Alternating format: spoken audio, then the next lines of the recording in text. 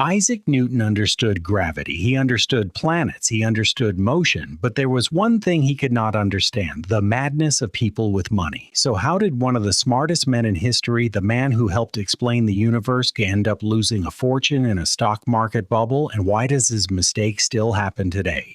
The year was 1720. England was caught in a financial fever called the South Sea Bubble. At the center of it was the South Sea Company. It promised huge wealth through trade, government deals, and future profits. To ordinary people, it looked like a shortcut to riches. A bubble happens when people stop asking, "What is this thing really worth?" and start asking, "How rich can I get before everyone else?" The price rises, more people rush in, then the rising price itself becomes the advertisement. And Newton entered the market. At first he was actually careful. He bought shares early, then when the price rose, he sold, and he made a profit. For a moment, it looked like Newton had beaten the market too, but then came the real trap. After Newton sold, the price kept rising, higher and higher and higher. Other people were getting rich, friends were celebrating, and Newton started feeling something no equation could solve: FOMO, the fear of missing out. So Newton bought back in, but this time he bought near the top. Not because the company had suddenly become better, not because the risk had disappeared, but because the crowd was too loud. And when everyone around you looks rich, you begin to feel like the fool. Then the bubble burst. The price collapsed, fortunes vanished, people panicked, and Newton reportedly lost a massive amount of money. This was not because he could not calculate. It was because markets are not only mathematics, markets are psychology. A famous line is often linked to Newton: "I can calculate the motion of heavenly bodies, but not the madness of people." Whether he said those exact words or not, the lesson is perfect. He could understand planets, but he could not predict crowds, and that is why this story still matters. Because Newton's mistake was not just a mistake from 1720, it is the same mistake people make today. Crypto bubbles, meme stocks, hyped investments, online trends. People do not always lose money because they are stupid. Sometimes they lose because they cannot stand watching others win. So maybe the real question is not, how did Newton fail at stocks? Maybe the real question is, if even Isaac Newton could fall for hype,